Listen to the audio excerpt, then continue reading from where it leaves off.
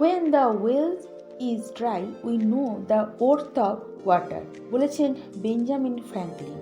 গোটা বিশ্ব ব্রহ্মাণ্ডের ক্ষুদ্র সংরক্ষণ আমাদের এই মনুষ্য জীবন এবং আমাদের এই পঞ্চতত্ত্বের দেহ।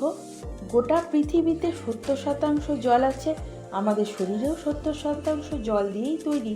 জানবেন বন্ধু, ঘরে ও বাড়ির আশেপাশের পরিবেশেও 70% জলের উপস্থিতি প্রয়োজন। তা না হলেই জানবেন ইমব্যালেন্স মানে ভারসাম্যহীনতার সৃষ্টি হয়। জীবনের অপর নাম জল, কিন্তু জলের ইম্পর্টেন্স অনেকে বুঝেও বোঝে না। তাই সমাজের চোখে আঙুল দিয়ে জলের গুরুত্ব বোঝানো ও বোঝা উচিত। পৃথিবীতে জন্মগ্রহণ করেই দুটি জিনিস আমরা ফ্রিতে পাই কিছুদিনের জন্য, মানে বড় না হওয়া পর্যন্ত, এক অক্সিজেন আর একটি জল। কিন্তু জানবেন বন্ধু, অ্যাকচুয়ালি ফ্রিতে কোনো কিছুই পাওয়া সম্ভব নয়। কিছুদিনের জন্য ফ্রি ট্রায়াল উপভোগ করলেও যা নিচ্ছি তার কিছু অংশ রিটার্ন হিসাবে দিতেই হয়। তা এই প্রাকৃতিক পরিবেশ হোক, জীবনে হোক বা শরীরেই হোক, যখন প্রকৃতির এই অমূল্য এনার্জি যেমন অক্সিজেন বা জল আমরা শুধুই ব্যবহার করছি সারা জীবন ধরে, কিন্তু তার রিটার্নে কিছুই ফেরত দিচ্ছি না প্রকৃতিতে, তখনই জানবেন ইমব্যালেন্সের সৃষ্টি হচ্ছে। অ্যাকচুয়ালি সেই ইমব্যালেন্সই বাস্তবিক জীবনে ধার দেনা ও লোন হিসাবে দেখা যায়। মানুষের কার্যকলাপে গোটা পৃথিবীর জল বিভিন্নভাবে দূষিত হচ্ছে, কিন্তু তার পরিবর্তে জলকে পলিউশন ফ্রি করার কোনো পদক্ষেপ আমরা কজন নিচ্ছি ভেবেছেন কখনো? জানবেন বন্ধু, যারা অনেক চেষ্টা করেও জীবনে ধার দেনা বা লোনের হাত থেকে বাঁচতে পারছে না, অনেক চেষ্টা করেও বুঝতে পারছে না জীবনে কেন ছোট বড় লোন, ধার দেনা বা ঋণের শিকার, জানবেন বন্ধু, কোনো না কোনোভাবে আপনার দ্বারা এই পৃথিবীর জলশক্তির অপচয় বা অপব্যবহার হয়েছে কোনো না কোনো জন্মে বা কোনো না কোনো সময়, এবং এর ফলস্বরূপ ঋণের বোঝা কাটাতে পারছেন না এই বর্তমান জন্মে। জানবেন বন্ধু, গোটা পৃথিবীর প্রতিটা ধর্মে তাই জলের বিভিন্ন রকম ব্যবহার করা হয়েছে মানুষের জীবনে উন্নতির স্বার্থে। কারণ যে কোনো ধর্ম বা ধর্মপ্রবর্তকেরা কিন্তু সমাজ ও মানুষের উন্নতির জন্যই ধর্মের রীতি রেওয়াজ বা রিচুয়ালসগুলো তৈরি করেছিল। শুধু দুর্ভাগ্য এই যে সেগুলোকে বিজ্ঞানের আঙ্গিকে না দেখে কুসংস্কার বলে উড়িয়ে দেওয়া হয় এবং রিচুয়ালসগুলোকে পালন করা হয় না। হিন্দুদের বিভিন্ন ধর্মীয় অনুষ্ঠানে জলের গুরুত্ব বোঝানো হয়েছে, নানা রীতি রেওয়াজ তৈরি করা হয়েছে। যেমন জ্যৈষ্ঠ মাসের প্রচণ্ড তপ্ত গরমে শুক্লপক্ষের নির্জলা একাদশী পালনের মধ্যে দিয়ে বুঝতে পারা যায় জল ছাড়া দুদিন তো অনেক দূর, একদিনও কাটানো সম্ভব নয়। কিন্তু এত গুরুত্বপূর্ণ বিষয়টিকে বাঁচানোর বা সংরক্ষণ বা জল দূষণের ব্যাপারে কজন মানুষ সচেতন বা ভাবেন পজিটিভলি বা কোনো উদ্যোগ নিয়ে এগিয়ে আসেন? ঘুম থেকে উঠে সূর্যকে জল দেওয়া, তুলসী গাছ, অশ্বত্থ গাছ, কলা গাছে নিয়ম করে জল দেওয়া, বা অক্ষয় তৃতীয়াতে মাটির জলের পাত্র দান করা, ধনতেরাসের দিন নতুন জলের পাত্র কিনে আনা, এই সবের পেছনে কিন্তু রয়েছে মানুষের জীবনে জলের গুরুত্ব এবং জল দানের মাহাত্ম্যকে বোঝানোর জন্য। তবুও কিছু মানুষ অবুঝ। আমার এই প্রতিটা ভিডিওর বিষয়বস্তু হলো ধর্মকে বিজ্ঞানের আঙ্গিকে ব্যাখ্যা করে মানুষের বোধগম্য করা, যা পরোক্ষভাবে সমাজসেবারই অঙ্গ। তাই সমাজের স্বার্থে ও নিজের জীবনের সার্বিক উন্নতির জন্য চ্যানেলটিকে অবশ্যই সাবস্ক্রাইব করুন।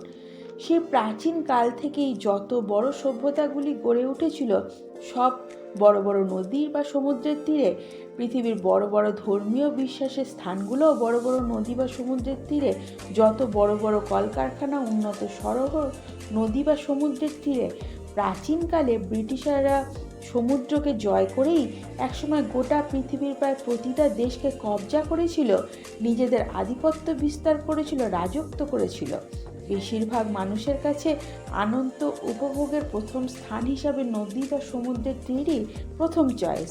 জলের গুরুত্ব কিন্তু আমাদের জীবনে ও লাইফ সাইকেলে 70%, মানে গোটা বিশ্ব ব্রহ্মাণ্ডে 70% জল, শরীরেও 70% জল।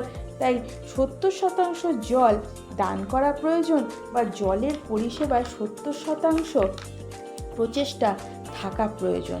কিন্তু কিভাবে? প্রথমত, জলের অপচয় যে কোনো উপায় বন্ধ করা প্রয়োজন, সেটা ঘরে হোক বা পরিবেশে। দ্বিতীয়ত, জল সংরক্ষণ করা দরকার। রেন ওয়াটার সংরক্ষণ হতে পারে, বা অন্য কোনোভাবে নদী, পুকুর, সমুদ্রের জল হতে পারে। জলে প্লাস্টিক ফেলা জানবেন বন্ধু কোনো বিশাল বড় পাপের বোঝা মাথায় নেওয়া, যা বাস্তবিক জীবনে ধার দেনা বা লোন হিসাবে নেমে আসে।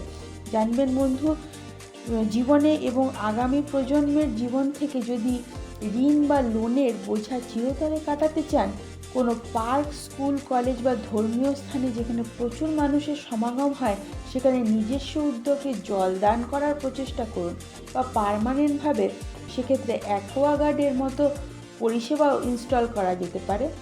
কোনো নদী বা ছোট জলাশয়ের পাড় বাঁধানো, যেখানে কোনো ধর্মীয় বা পারিবারিক বিয়ে বা শ্রাদ্ধাদির অনুষ্ঠান করা হয়, সেখানে পাড় বাঁধানোর উদ্যোগ নেওয়া যেতে পারে সামর্থ্য অনুসারে।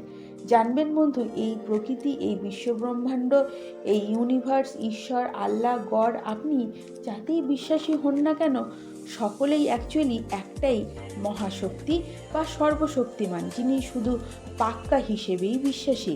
জানবেন, আমাদের হিসেবে ভুল হলেও ওনার হিসেবে কিন্তু কখনোই ভুল হয় না।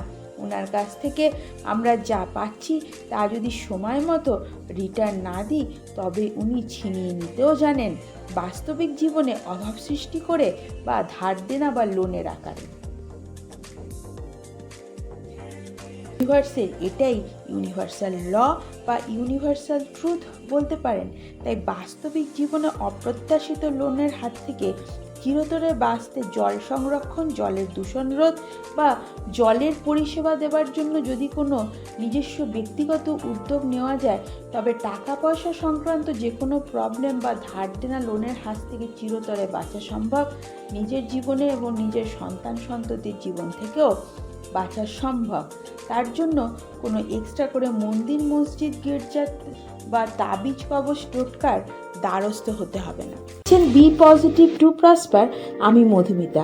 আপনার জীবনের মূল্যবান সময় থেকে সামান্য একটু সময় বের করে রোজ দেখুন আমার এই channel be positive to prosper, যেটি আপনার জীবনে দিনে দিনে করে তুলবে মূল্যবান।